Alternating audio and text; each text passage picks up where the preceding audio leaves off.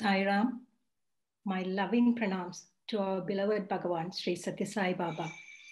Respected elders, brothers, sisters, and children, I sincerely hope that you are all safe and well with our Swami's blessings. I am greatly honored today to introduce our speaker, Sister Geetha Mohan Ram. For those who aren't aware, we also had the fortune of listening to Sister Geetha last week. And I just wish to take this opportunity to say that for me, and I am sure for many others, Sister Geetha, you are a great inspiration to us. This is a very worrying and challenging time we are all facing. And just to hear your experiences and wonderful stories, last week focused on Om Shri Bhagawan Sharvabhaya Nivarine Namaha, Om Shri Bhagawan Sharanagada Tranaya Namaha from the Ashtotra Namavali. We are all focused, gave us the assurance to hold on to Bhagawan's feet and have faith in his ultimate master plan. So brothers and sisters, without further ado, let us all welcome Sister Geetha to share her beautiful experiences with us. Sai Ram, Sister Geetha. Sai Ram to all my brothers and sisters in UK, offering my humble salutations, pranams at the feet of our ever-present beloved Swami. I will say Sai Ram to everybody who is on this webinar listening today. Thank you all for having me again this weekend. Somehow the idea of the 108 names came while we were speaking last week.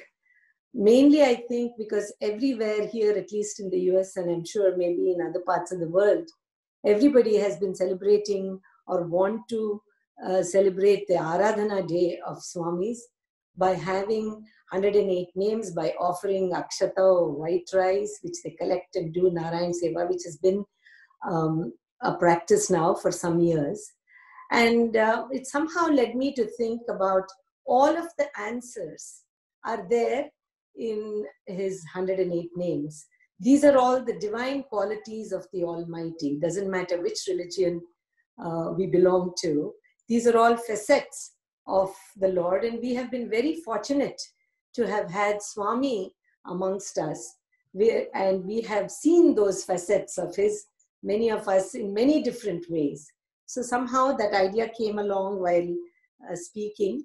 And last week, we spoke about the most wonderful, one of the most wonderful devotees of Swami Sri Ramabrahma Garu and other episodes, which made us realize that what is there to fear when Swami himself has said, why fear when I am here? It is up to us to connect with him and feel that connection with him. So having spoken about that, before I go on, I would like to wish everybody a very happy Easter. And remembering Jesus Christ today. Today was also the day some years ago in 2011 when Swami left his physical form on Easter Sunday. So it happens to be a day for a lot of introspection too. Swami's message of love and service and Jesus's message of love and sacrifice and service is not at all different. They are one and the same. And I would like to wish everybody a very happy Easter today as well. While I was getting ready, I was thinking, I wonder what Swami would like me to say today, especially since it is Easter. We want to think of our brothers and sisters who are Christians, who are practicing Christians, and all of us who love the message of Jesus as well. And I was thinking how I can connect that with what I have seen of Swami and his love and respect and loving a welcome to everybody into his fold, whoever they may be. And as I was thinking and getting ready this morning, I thought of two people who had never heard of Swami, but whom Swami welcomed with a lot of love. These were my two teachers in school. One of the names that we all say when we say the 108 names is Sarvamata Sammataya Namaha. One who is the Lord for people of all religions. One who is there for everybody in every religion. Sarvamata Sammataya Namaha. We say it. Of course, we sing many Sarvadharma bhajans in our centers. In fact, we make it a point to make sure that there is a bhajan there where all of these religions are sung about. So I was thinking about this morning, and suddenly in my mind's eye, I could see two teachers of mine. One was a teacher. I studied in an American Protestant school in Bangalore, actually. So there was prayers in the morning before classes, and then we went to our classes. And in that school, in my 3rd grade, there was a teacher called Miss Mary Grant. She was married, Mrs. Mary Grant. And she was a wonderful teacher. She was a very loving person. She was my 3rd grade teacher. And we all loved her a lot. She was quite a devout Christian. And many times in the course of the class, she would tell us some parable or the other of Jesus. We all liked her very much, as young children love their teachers. And Mrs. Grant was a part of my life for a whole year. My father in Bangalore was quite a well-known dental surgeon, Dr. Padmanabhan. And my father himself was a person that I looked up to, not maybe so much as my father, as somebody who was someone who always just liked to do service. His reason for being in Swami's fold and serving at Swami's feet for almost 65 years was Swami's message of service that appealed to his heart. So my father was a well-known dentist. He practiced, he had a very huge practice in Bangalore. I remember as children, my father had 3 dental chairs. 3 people would be sitting. The back room would be for some of the VIPs who would come in, he would sit there. The front hall would be full.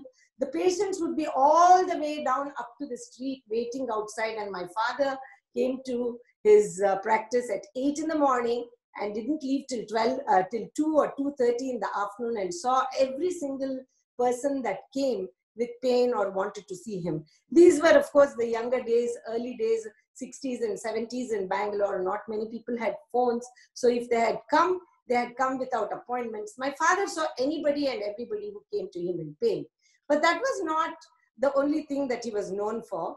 He did not charge most of the people that he came. He didn't charge consulting fees. He didn't charge teachers because they taught people, they shared knowledge. He didn't charge policemen or people working in government services because he said that they were serving the people. So he had no business charging them. He did not charge religious people, leaders of religious communities who came, because he said they are spreading the love of God to the communities around them. So most of the people who came were treated free from him. In fact, it's a surprise. I don't know how he managed to look after us and feed us and clothe us. But that's how my father completed his practice. Swami would always come, and whenever he came to our house for dinner, he would always come and sit in my father's one of the dental chairs and bless him and get up and then come inside the house. So maybe that was the reason why my father was able to earn enough to look after all of us, because 90% of the patients that he came to him, he did not charge. So Mrs. Grant, who was my teacher, developed some toothache. And I was a little kid in 3rd grade, and she told me, can you ask your father if he can treat me if I come with you one of the days to his practice? But you must not forget him that I cannot afford to pay him too much money. I was a little kid, I didn't understand much. And I said, I will tell my father. I was very excited, in fact, that a teacher of mine wanted to come to see my father. So I came and told my father, and my father said, you ask her to come tomorrow afternoon after school, 3:30, you bring her if she doesn't know. She lived in a place called Coxtown in Bangalore. She was not very familiar with South Bangalore where my father practiced. So she came with me, and my father was very kind. My father was a very kind and soft-spoken person. He spoke to her very nicely, and of course there was the added love because she was also my teacher. And he spoke to her and attended to her needs in his clinic. And when it was over, when she came out, she had noticed that in the couple of rooms that my father had, there was Swami's picture hanging there. She was not familiar with Swami at all. This again was in the late 60s, mid 60s.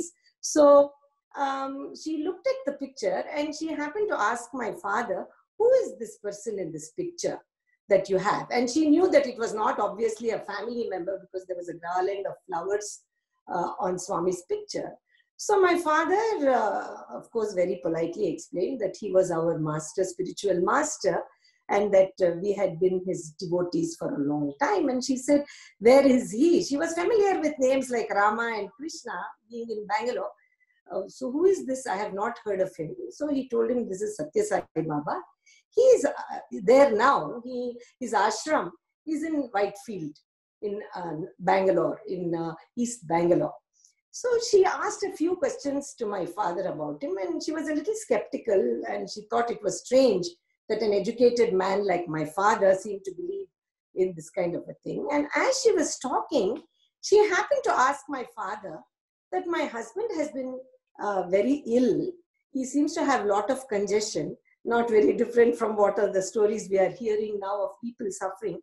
And the doctor has asked to come in the next few days for some x-rays. They think that he may have tuberculosis, doctor. Do you know of a good doctor, a good pulmonologist who would treat him? Because we both are ordinary. He's a teacher as well in St. Joseph's European High School, and we cannot afford to pay a lot. Do you know of any doctors? So my father gave her a couple of names, I think, of the doctors. But I, who was standing nearby in the waiting room while this conversation was on, piped up loudly and said, oh, you know that picture we were just talking about? We call him Swami. Why don't you take some vibhuti and give it to your husband, Mrs. Grant? So she said, what is that? And again, my father, who was a little embarrassed at me spouting out this suddenly out of the blue, said, this is vibhuti, holy ash, that we all believe in and we take. And after a little, I kept on pestering her as a childhood teacher, saying, no, you must take it. You must give it to Mr. Grant. He will become all right. He will become all right. So my father reluctantly, I think, gave her a packet of vibhuti which Swami had given my father and said, if you want, you can use it. And I think very quietly he told her, please don't feel pressured. She's very excited about this. So she took the vibhuti and I went up to the bus stop with her. And I kept on telling her, Mrs. Grant, you give the vibhuti to your husband. He will become okay. And she was a very kind teacher. And she said, okay, I will give it to him. After all, what bad would come out of it? So she took it with her. So a few days went by, school went on. And after a couple of days, the lady again, the teacher called me again aside. And she said, can I come back and see your father again? Will you find out? So again, second visit she came. My father had scheduled some treatment for her. So she came again.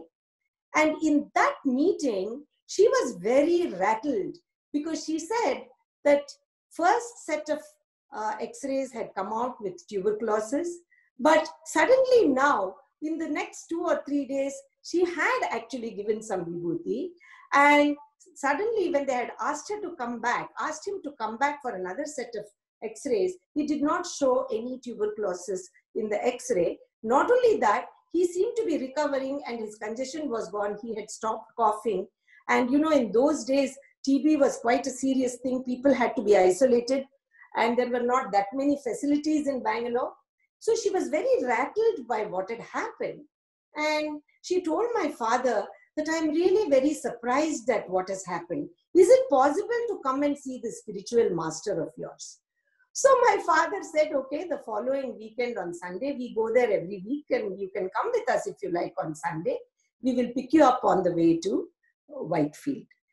And then she called my father again the next day and said, I have a very good friend of mine. She would also like to come. We are very, very close friends. And I have been telling her what has happened and she's kind of not believing me. But at the same time, she doesn't want to disbelieve me. So she wants to come and see for herself. Can she come? So my father said, that is fine. So the following Sunday, my father, my mother, myself, we went and on the way in Coxtown, picked her up. And we picked up and to my surprise, it was Miss Wesley. Her name was Grace Wesley, who would have been next year, she would be my 4th grade teacher. Miss Wesley and Miss Grant were very, very close friends. And Miss Wesley was an unmarried lady. She was from Kerala. She lived by herself, in fact, in the accommodation provided by our school. And she also joined us. And she also said hello. We all knew each other being in the school. And she came along with us to Brindavan, to Whitefield, to Brindavan. And when we went in there, Swami came out for darshan as usual. And after the darshan was over, my father followed Swami inside, and we were waiting for my father to come out to return home. Then suddenly my father came running out and said, Swami is asking you ladies, all of you, to come inside to inside the building, inside the old bungalow.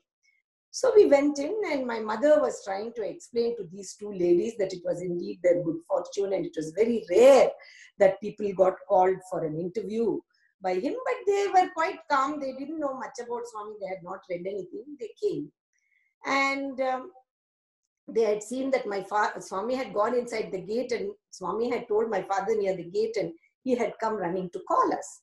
As soon as we went inside the interview room, Swami looked at Mrs. Grant and said, Mary, how are you? So she was very taken aback that Swami addressed her by her name. She knew that my father or nobody had had time to tell Swami her name. And then he turned to Miss Wesley and said, and you, Grace, how are you? So both of them looked a little surprised, and Swami spoke to them very lovingly and said that both of you are doing a lot of service by teaching the children very lovingly. Swami did not bring himself into the picture. He said, your Jesus that you pray, he is very happy with you. So both teachers were a little taken aback, but very moved because he had spoken about Jesus. And then Swami spoke to them for a few minutes and then looked at Miss Grant again and said, your husband's tuberculosis has gone away. He doesn't have tuberculosis anymore. You don't have to worry. This shocked her even further because he had not been able to work because of his sickness for so many days, and they had been surviving on one person's salary. So they were having difficulties, financial difficulties, and Swami said, don't worry. In about 2 weeks, the doctors will give him the green signal to go back to work. He doesn't have TB anymore, he said. And then looking at Miss Grace Wesley, he said, how is Joseph? And she said, Swami, and she said, sir, I think she addressed him as, sir, what did you say? And Swami said, your brother Joseph, is he not a pastor in Kerala? And she said, yes, he is a pastor. So Swami said, how is he doing? He is very good with the devotees who come to the church, and he does a lot of service through the church, Swami said. And suddenly starting to move his hand in the familiar gesture which we are familiar with, they were not. Swami at the same time materialized 2 crosses. One cross had the crucifixion on it. It was a small brass, kind of a golden looking cross. And he gave it to Miss Wesley. And he said, this was the cross that your grandfather, who was also the pastor of the same church, he had given it to your brother. He had wanted to give it to your brother, but he passed away before giving it to him, and nobody could find it. Here it is. You can give this to your brother. That lady started to cry because she was very familiar with the cross, but everybody had searched and they could not find that cross which the grandfather had promised the grandson on becoming a pastor. And now here it was. She recognized it because at the back of the cross was her grandfather's name written. And the second cross that Swami had materialized, a small little silver cross, and gave it to Miss Grant and said, did you not lose this in church when you were a small girl and you used to sing in the choir? Here it is. So both of them were completely taken aback, and they both bowed down to Swami, and they said they kept thanking him. Both of them had tears in their eyes. They were unable to process what had happened in such a short time. And after that, Swami looked at me, who was there, and said, see, they are very good teachers. They do a lot of service by teaching the children, and they do it selflessly with a lot of love. That is why wherever, whichever form that you worship, it always hears the prayers of these people. So this morning when I was thinking about, for some reason, after many, many years, I remembered Miss Grant and Miss Wesley, who were my teachers, who were examples of service. Excuse for my emotional presentation.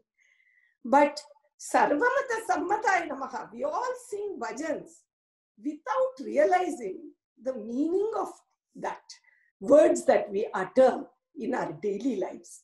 So in times like this, when we think about Swami or any form that we praise, we have to realize that it is the way of life that we are leading. The kind of life that we are leading is what brings the response from that divine energy. If we are leading a life the way Swami expects us to, if we are saying things, doing things and seeing things the way Swami expects us to do, then definitely at some point in our life that connection happens. Swami always says the positive and the negative, only when it connects the light comes on. That connection will happen. So this Sarvamata Sammataya Namaha is such a powerful name or facet of that divine, where he is able to answer to any form. It is just that we think that, and we confine him to a certain form and think that he will only respond to that form. But the question, I suppose, that one must ask ourselves is how we are calling out to that form. In what way are we called? There is a beautiful song that many of you may have heard, Achyutam Keshavam.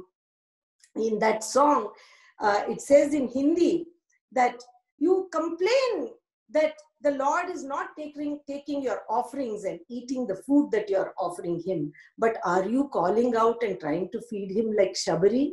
You say that Shabari, the great lady saint in the Ramayana.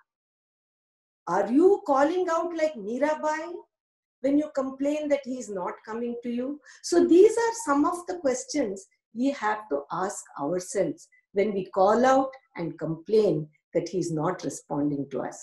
Sometimes he may be responding, but we may not even know that he is responding because we are not connecting to him.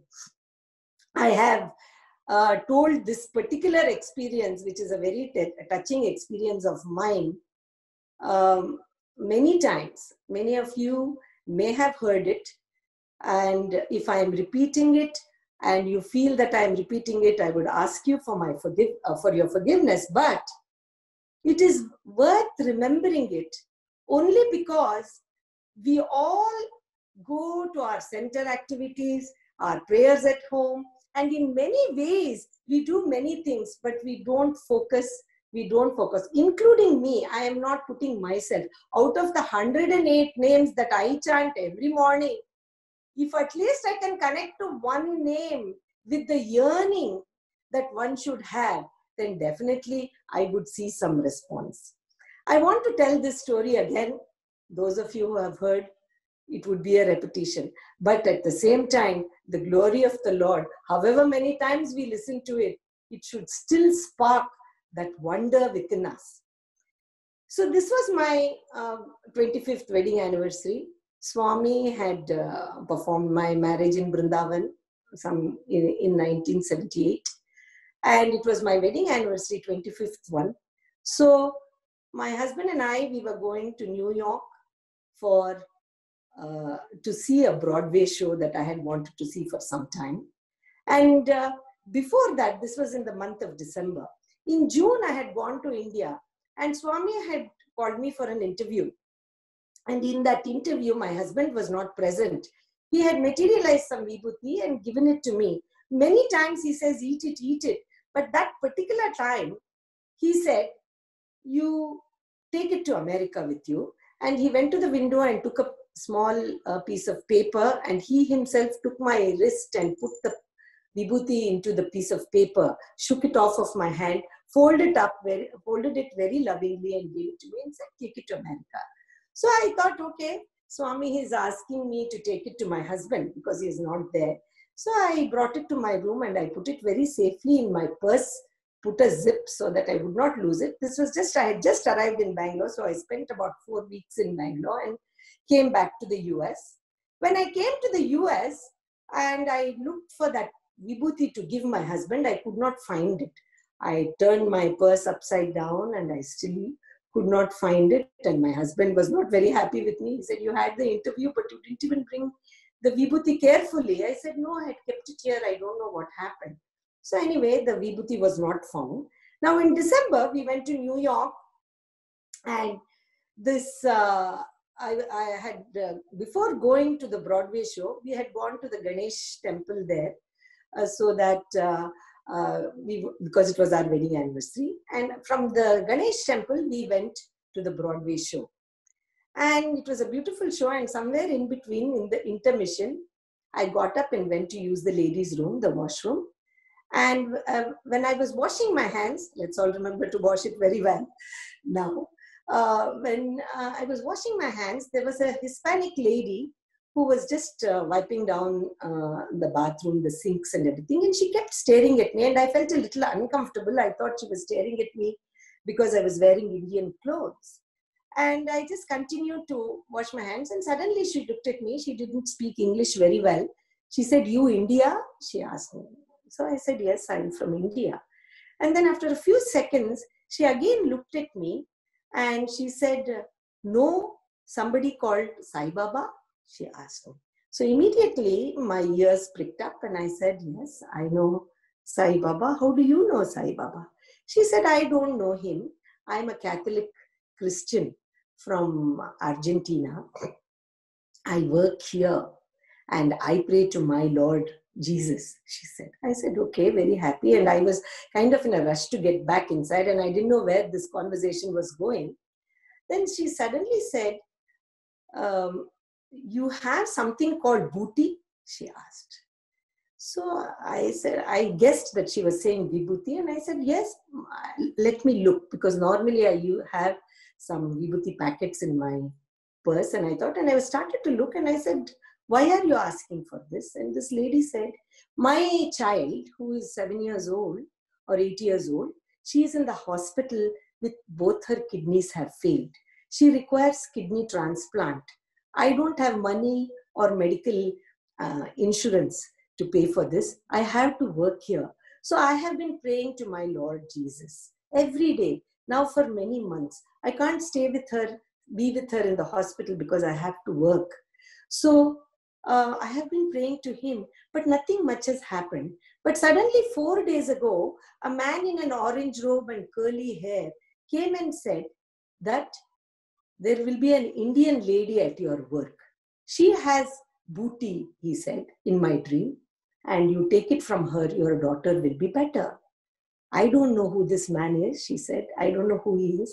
So I asked him, "Who are you?" He said, "My name is Sai Baba." That was my dream on the first day. It was a strange dream. I had never seen this person in my life.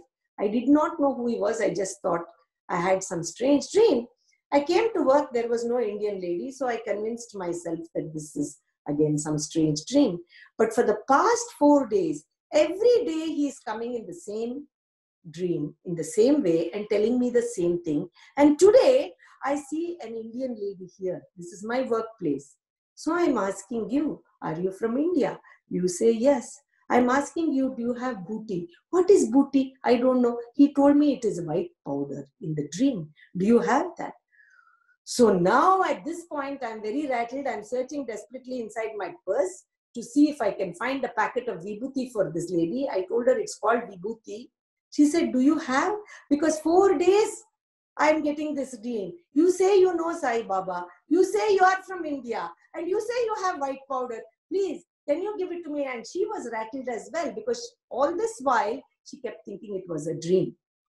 So I opened the pouch in my thing again, looking for vibhuti packet. And lo and behold, right in that place, in that little zippered pocket of my purse, I found the vibhuti packet that Swami had given to me in June. I was so taken aback because we had searched the whole purse for my husband. Obviously, it was not meant for him. That Sai mother, that Sai Jesus had knew this mother's prayer almost 6 months before. So he had given it to me then and told me, you take it to America. As soon as I saw it, I knew that this vibhuti was meant for this woman. So I gave it to her and I said, please take it and give it. I wish you luck. I hope your daughter feels better. And by the time I came back into the hall, the intermission was over. Everybody was sitting and everybody was quite irritated because I had to make my way to my seat. And I tried to whisper to my husband, who said, don't talk now because you're disturbing everybody. And the whole program got over. We were driving back to Washington, D.C., where I live in Maryland. I live in Laurel, Maryland. And we were driving back and I told my husband what had happened. And I was also at the back of my mind very gleefully telling him, see, you got upset with me, but the vibhuti was never meant for you. It was for that lady. He knew that some devotee of the Lord, whatever name you may call him by, she would need it. So my husband, the ever practical one, said, did you take her phone number? We could have referred her to some doctors that we know, or we could have helped her in some way. I said, no, I didn't think of taking the number. But anyway, that Lord himself, Vaidyo Narayano Harihi, he himself is the Vaidya. He himself is the doctor. Before itself, he has guessed what she will need. She will become okay.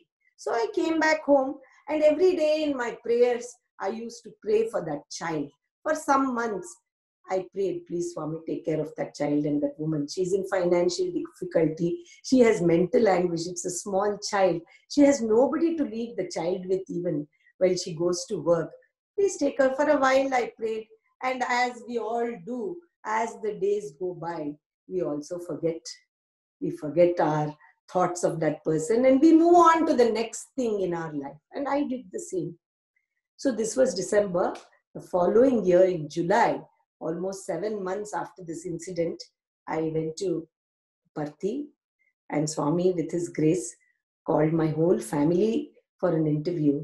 And as soon as we sat down, Swami closed the door, came towards his chair, and he looked at me and said, transplant emi vaddule.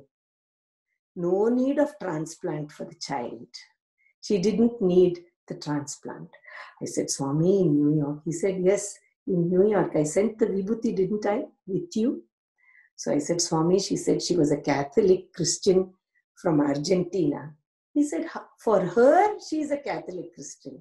For me, everybody is my child. How does it matter in what name, by what name you call? It doesn't matter by what name you call. You are giving the name and form. The divine energy does not have any name or form because he resides in everyone. He can hear the prayers from within. You are giving the name and form, he said, but the child is all right, he said.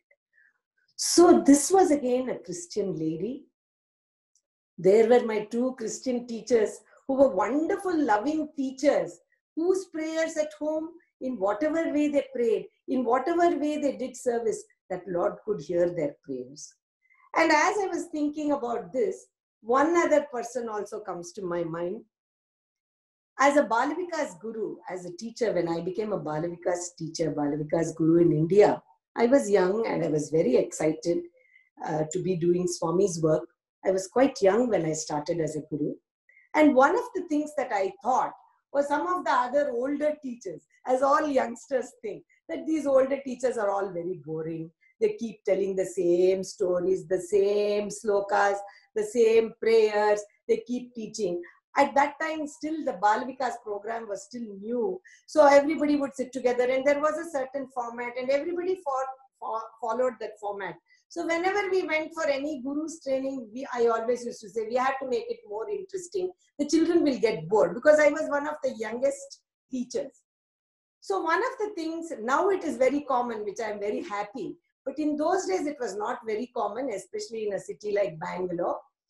I decided that I would take my whole Balavikas class to different places of worship. So we started with the church. The church was very welcoming. I went and met the pastor. I said, I'm going to bring about 27 children.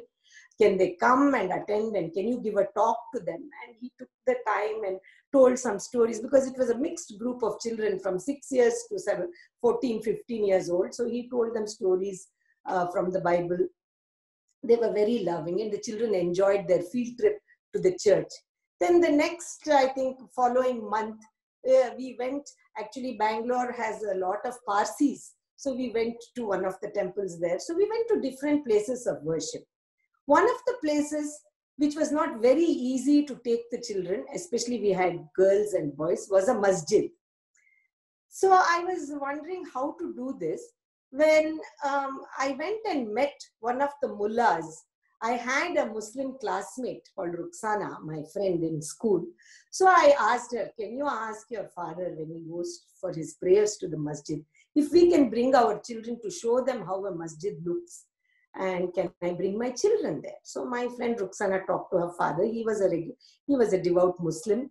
So they went there and they took permission, and they said that if they don't come during the times of the prayer, when the prayers are going on at a separate time.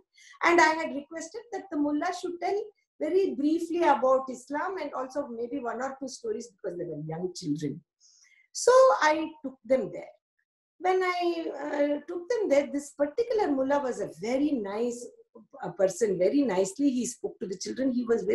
He spoke in English very well to the children, and with a mixture of Kannada also. And he was speaking there. When during that conversation, I introduced myself, and for some reason, I don't know how it came about, I told him that my father was a doctor. And because he asked us where we did these classes, and I said my father was a doctor. We had a place there in his clinic upstairs where I was doing the Balavikas. The minute I said doctor, that gentleman asked me, I have a very sick son. Will your father see him? He said. I think he was a little hesitant because he was a Muslim person. He was not very sure, and a mullah, that whether my father would see. I said, what is wrong with your son? My father is a dental surgeon, but he can introduce you to other doctors. So he came that day along with me. The masjid was not very far from our house. I took him to my father, and my father suggested some doctors to him, because that we didn't know what was wrong with his son. Anyway, the mullah went away, and I think after some time he sent word through my friend Ruxana's father that the child was doing better. The boy had recovered from whatever it was that he had. Many years went by, and in 2004, this one young man called Pasha, he came to our house as the driver for my father's car. Now my father was getting a little older. He would drive to Brindavan twice every day to take care of Swami. He would be there at 6 in the morning by the time Swami comes down. And then again come back home, or sometimes stay back for lunch with Swami, if Swami told him to. Then come back and go back again at 3 o'clock. And after Swami's dinner, he used to come back. So it was getting a little difficult for him to drive. So he asked for a driver, and this young fellow came. His name was Pasha.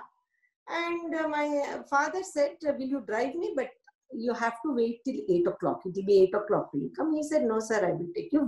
Where do you go? Because my father was an older person. He said, where do you go till 8 o'clock? He said, I go to the ashram. Are you okay with coming? Because this was a Muslim boy. He was wearing his cap and everything. Are you okay to take me? He said, no problem, sir. I will take you. So every day this Pasha would take my father to Brindavan and come. He would park the car and stand far away. He, of course, did not participate in the bhajans or anything. But from a distance, he would see Swami and he would come. He was a very good driver. Many people said, oh, he's not coming in. My father would say, leave him alone. He has his own beliefs. He is bringing me and taking me back. He was a very good driver. In 2006, when I went to India for a visit, I was in Puttaparthi, and Swami told me, I am going to Kodaikanal. You come to Kodaikanal. So I suddenly left with my mother to Kodaikanal. And there I had another experience of an old Balavika student. But anyway, I spent 4 days in Kodaikanal. Swami was very kind to me, gave me a room and everything. And I stayed there in Kodaikanal. And on the last day, I told him, Swami, this afternoon I'm leaving back for Bangalore because I had to return to the US. Swami was very sweet and he said, on the way, don't just go to Bangalore, you go to Madurai and you go and have darshan of Madurai Meenakshi temple. You have darshan there. And then if you come outside, there is a very nice Madurai society for cotton saris. You buy some nice cotton saris there, you do your shopping there and you go, he told me. I said, okay, Swami, I will do that. And as I took Pada Namaskar, suddenly Swami said, you call that Muslim driver. So we were inside and this Pasha was outside somewhere. I had to run outside and look for him. And as soon as he saw me, I said, Swami is calling you. Will you come inside? I was very I didn't know whether he will refuse to come in because he never used to come to the bhajans or anything. Though he had seen, he's calling you, you come. So this Pasha said, it's okay, Ma, I'll come. And he came and he did not do namaskar or anything. He just stood there. And Swami spoke to him in Urdu. And he said that you are not taking your medicines properly. Why are you not taking your medicine properly? You are just going to the masjid, you are fasting during Ramadan and all of those things, but you are not taking your medicine properly. If you don't take your medicine properly, it doesn't matter how good the doctor is, it will not get better. This boy looked very shocked. Nobody knew that he had been skipping his medication, whatever it was. We didn't know that he was in. And then he said, have you forgotten? It is Amma's father who sent you as a small child to that doctor. And after that, you have gone to other doctors. This is the same Amma whose father sent you to the doctor. We did not know that he was the son of that same mullah. Somebody brought him and said he was a driver. My father had hired him. The boy and everybody looked even more shocked. He said, be a good boy. He was about 25 or 24 years old, I think. Be a good boy, drive safely and take your medicine. Swami said and sent him on. So, Sarvamata Sammataya Namaha. We can never forget these incidents. When I say these names, all these people come in front of my eyes when I say it. This is not just a name to take some rice and put it on a picture and then make it into Narayan Seva Prasad. These names have power. These names respond when we do it with the kind of sincerity. This boy was a very sincere boy. His father was a very devout Muslim. So Swami in this form responded because he was an only child of that father. You should get good health and take care of your elderly parents, Swami told him. So this is the Swami that we are all so fortunate to have with us. He is there. But then the question will always come, then why is there so many difficulties, so many things that are happening in this world? Lots of things happen in this world, good and bad. Swami says life is an interval between pleasure and pain. Both of these things happen. This is not in our control, but the thing that is in our control is to have faith, to have love, and to work very, very sincerely. Whatever work that we take into our life to do it in a way that we are useful to other people. For this, my father himself was an example to me. As I told you earlier in the beginning, he didn't charge 90% of the patients that he came. But we were never wanting for anything in our house. Because when he served with so much love and served with a sense of sacrifice and tried to live his life the way Swami asked him to live his life, we were not short of anything. We were comfortable. He looked after us very well. And my father's slogan always, even when we were children, was, give as less trouble as you can to Swami and do as much as you can for Swami. So he never allowed us to go with all our petty problems to Swami. Swami, I have exam. Swami, I have. If Swami asked us, when is your exam? Then we would tell him. But my father never allowed us to go and tell him all our small worldly problems. He would say that he has come for a higher purpose. Use Swami's presence in your life for a higher purpose.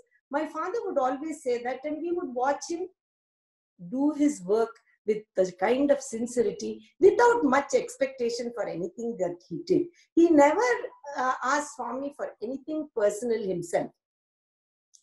So as he was leading this kind of a life, my Swami asked my father, at that time, the Sai organization did not have the service part of it yet. Other than Narayan Seva, all the kind of service now that the Sathya Sai organization is doing, that Swami started, the hospitals, the water projects, it had not yet started in those days. So my father was very much a service-oriented person. So Swami asked him to join the Rotary organization to serve the community in Bangalore through the organization. So my father served for many, many years and did many things for the community in Bangalore through the organization. So while he was a part of this organization, there was a lady who came from Australia. Her name was Alice Jennings. She came in 1965 to Bangalore as a tourist and as a part of one of the Rotary conventions. She had come. And my father and mother hosted her in our house. She was a teacher and we didn't know, the Rotary organization asked my parents to host her. Very nice lady. I was a small child, I remember. She stayed in our house. And of course, our house was full of Swami's picture. And she asked, and we all used to talk to her about Swami. She also saw how much my mother and my father were doing through the organization. And my parents were also running a destitute home for women and an orphanage at the same time. So she went and saw all of these things. These were private things that my parents were doing separately. When she saw all of those things, she stayed with us and then she went away. This was in 1965, and she made 2 or 3 more trips again, and each time she stayed with us. I think one of the trips, my parents even took her to Whitefield and she saw Swami from a distance. Swami did not talk to her or anything. She saw him and she went back. Suddenly, in 2003 or 4, I think, I am not sure of the exact date now, it was almost 35 years, they said, after this. Of course, my brother told me this. I was not present in Bangalore. After 35 years, suddenly my brother, who also was working through the Rotary organization, received a letter from some family in Australia, and he just opened the letter because it was a foreign letter, and that letter was addressed to my father, who was by that time an older person. My brother, it came, but the envelope had my brother's name because my brother was working for the Rotary, and they said in that if this is the Dr. Prithvi Raval, which is my brother, is the son of Dr. Padmanabhan, then this letter is for him. We have tried to locate this person. We are the grandchildren of Alice Jennings, and I think they were the grandchildren of Alice Jennings, and we would like to contact you. My brother did not know who Alice Jennings was. So he wrote back to them, and they wrote back, and I think they contacted him, and they said that we are the relatives of Alice Jennings, and she passed away recently, some months ago, and her will was read. She was quite a wealthy woman, and she, in that will, has mentioned a Dr. R.S. Padmanabhan, who worked in the Rotary for the community in 1965. She was hosted by them. They were also devotees of Sri Sathya Sai Baba, and they were doing a lot of community service. If you are the same person, so my brother said, yes, that is my father. He's still there. My father is still alive. And so they said that this lady has left $100,000 for any community service that he would like to do of his choice through the Rotary organization that he would like to do. And my brother said, all right, we will talk to them. And there's some amount of discussion went on. And finally, the whole family of this Alice Jennings came from Australia, and they donated the $100,000 to Rotary in my father's name to be used in the school for poor students to build the building, to do the tables and the chairs and whatever the school required, and also for other projects. And in that note, she had written that I was so impressed by the life that this man led based on the message of his spiritual master, that I feel that this money will be put to good use. So whatever we do, that is why Swami says, your life is my message. How we lead our lives will also bring the response from that divine. Whoever thought that some lady who had come in 1965 will give so much money, some of to be used in the school, where all these poor children in one of the slums of Bangalore could make use of. Now the school is a wonderful school. It is a state-of-the-art school. It has all the computers and everything. And these children are very, very poor children who are getting the best of education. So that is how Swami comes in various ways through us. He makes us his instruments as long as we try to practice what he says, to practice the words and to take it seriously and try to inculcate it in our daily life. We can see his presence in many ways in our life. One of the names, again, I think I'm going back to the names over and over, but one of the beautiful names which we all love very much is Prematmane Namaha, or we say Priyaya Namaha, one who is the beloved of everyone. Everybody loves Swami. Who doesn't love him? Everyone who sees that beautiful form in Parthi or in Brindavan, our eyes are riveted. We don't even want to move our eyes in any direction. This is the Swami we love. Are we the only person who love him? Even the animals, those of us who have seen the deer and the rabbits in Brindavan that Swami had, they would all congregate the minute they saw his orange form come out of the bungalow or from the Trai Brindavan, they would all come. The one devotee of Swami again, who loved Swami, who loved the form of Swami, is that wonderful elephant called Sai Geetha.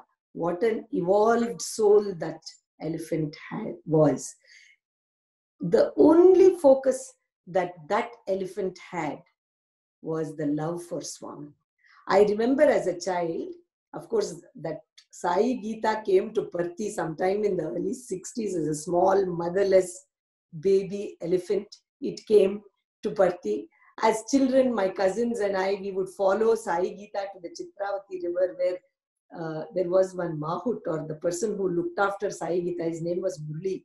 He used to look after that elephant, and after a lot of taking a bath and everything, this was a baby elephant. It would take all the sand in the Chitravati river and pour the sand over itself again.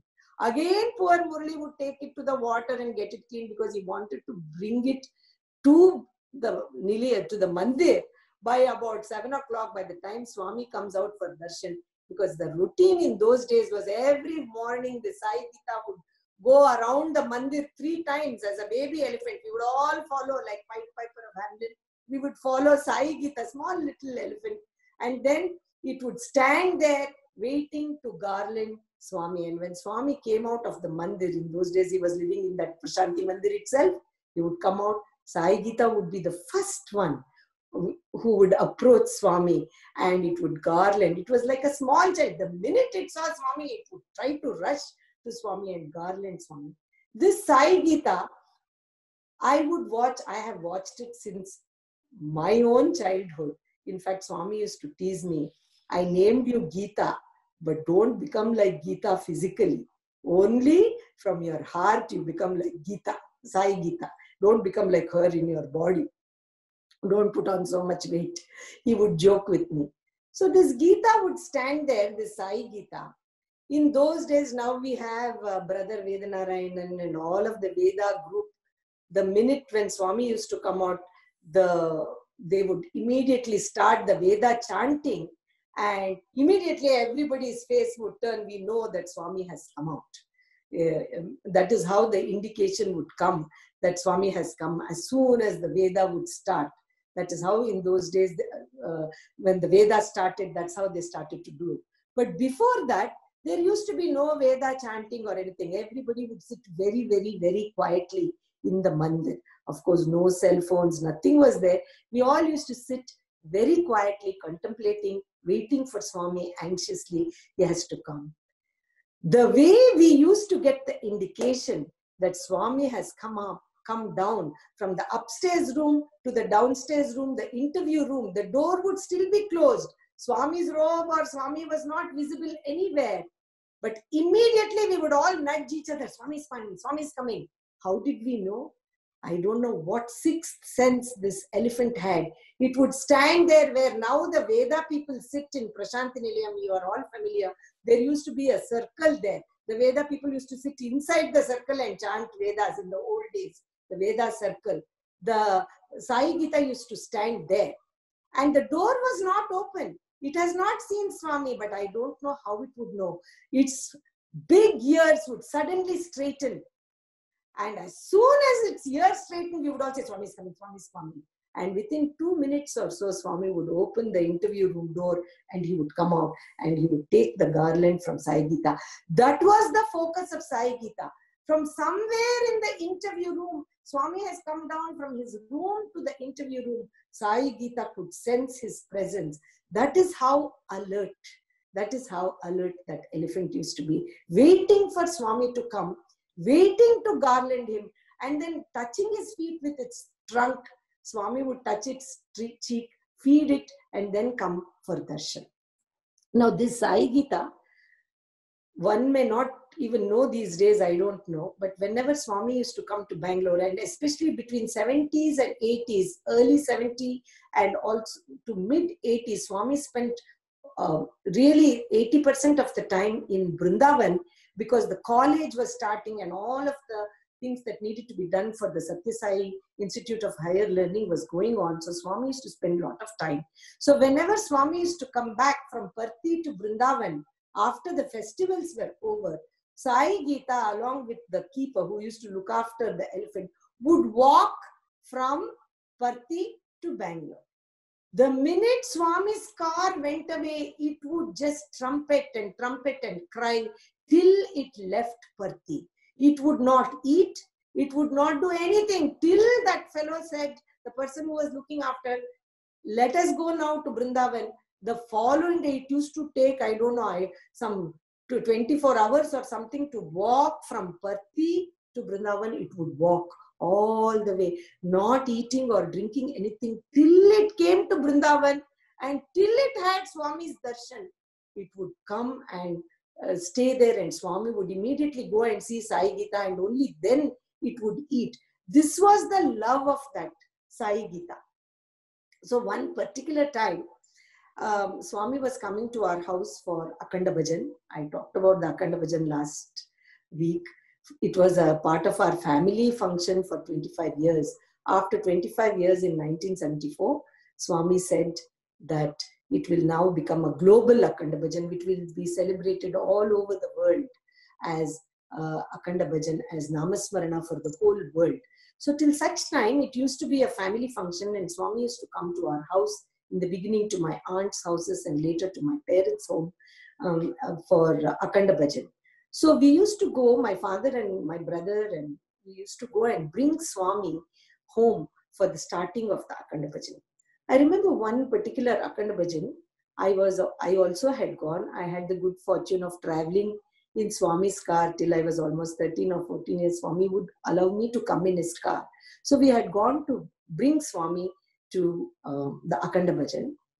And Swami finished giving the morning. We had to leave early because the Akhanda Jyoti Swami himself would light at 10:30 in the morning. In those days, like I said, Thursday through Friday. So Swami was getting ready to leave.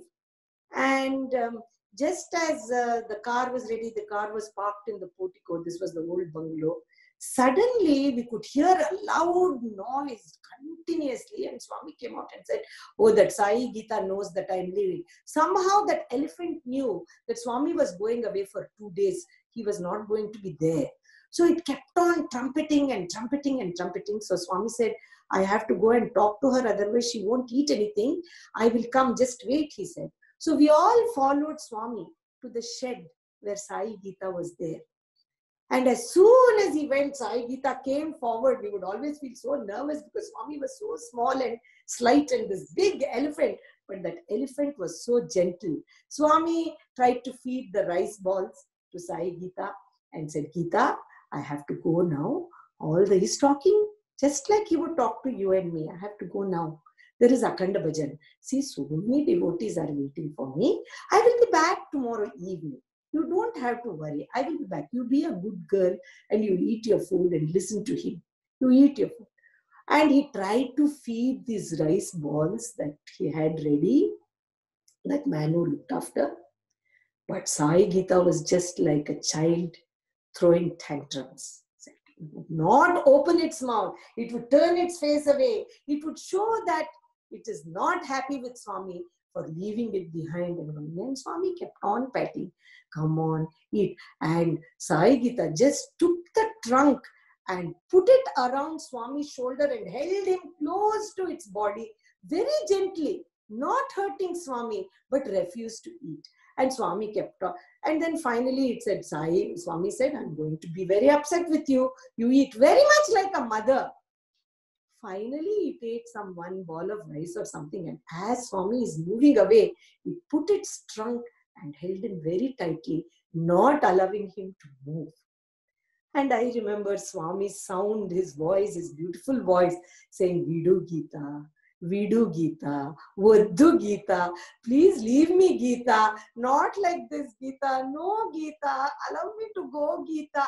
Swami is pleading with this elephant. I have to go, see the devotees are waiting. It will become late. I have to light the Akhanda Jyoti. All these things he's telling the elephant. And we are all watching. Look at this elephant. It has put its trunk so closely and not allowing him to go. Finally, after a lot of cajoling, I have to go now. You be a Bangaru, you be a good girl. He will look after. I will be back tomorrow correctly in the evening. Don't worry, says. And Swami finally moved away from that Geetha. His robe was all full of all the slobber from Geetha's saliva when it had refused to eat the food. So Swami had to go back to his room and change his robe and then come to the Akhanda Bhajan. Sarvajana Priyaya Namaha. Everybody loves him. Who doesn't love him? Everybody wants him. Who does not want that Lord? The love for him was so intense in that elephant that Swami himself, with almost tears in his eyes, he moved away. So, brothers and sisters, as I come close to finishing my talk, I just want to leave a thought behind. I know that it is a little bit of serious thinking, but we all have to introspect. We are all saying, why has this happened? Why are so many people suffering? Why is humanity affected in this way? Of course, we have all become one in empathy for each other. Maybe the Lord wanted us to learn to be compassionate to each other. Somewhere far away, if something happens, we think, okay, it has happened there 2 days, we worry about them and forget. So we have developed maybe compassion. But one of the thoughts I want to leave behind today for us to introspect, because it is also Easter Sunday. It is a serious day. It is day when the Lord Jesus came back in spirit as consciousness within us, is what the Bible says. Then we have to think, are we the only people calling him? Help us for coronavirus, help us for SARS virus, help us for this. Aren't those animals? Aren't those creatures? Isn't the whole creation his? Maybe they are all calling out to him. So we have to introspect. In what way have we treated his other creation? In what way have we treated him? Have we been kind and compassionate? Have we been nice to them? Have we spoken kindly to people who are with us? Have we been misusing the resources that God has given? I read somewhere in a WhatsApp message somebody sent, some elderly gentleman from Italy or somewhere said, I have lived 75 years. I never thanked God for the air that I'm breathing. But now I have recovered from coronavirus. But I had to pay $5,000 or something per day for the ventilator to breathe that air that I have been breathing for 75 years without saying thank you. So have we misused the environment around us? Have we misused all of the resources that the Lord has given us with so much love? Maybe they are all calling out to Him, and Swami or the divine energy or God or whatever name you want to give Him is saying, all of you, it is time for you to think about what kind of a life you want to live. Do you want to put some ceiling on your desires about how much you want to use, what you want to use, how you want to use it? Maybe He has given us a question to think about. But does that say then, okay, all of the people who are misused are suffering, let them go? Then what about compassion and kindness, which makes us human, which is there within us as innate qualities? Maybe Swami is trying to blossom that so that we, through prayer, through service, through sacrifice, and through love, on this Easter day, we can promise Swami that our lives will change for the better, so that we can live His message, so that somebody like that Alice Jennings will see us and say, I too want to lead my life like this. So I think I have spoken all the thoughts that Swami has given to me today with lots of love, thinking about Sai Geetha, whose only purpose in her life was to please Swami, to be a part of Him. If we can all become another Sai Geetha, then Priyaya Namaha. Everybody loves Swami, but He too loves all of us. We will find a response in our prayers when we pray to Him. With these words, I will thank you all, wish you all a very happy Easter again. I thank all of the organizers in UK for taking the trouble today to set up all of this program for me to speak.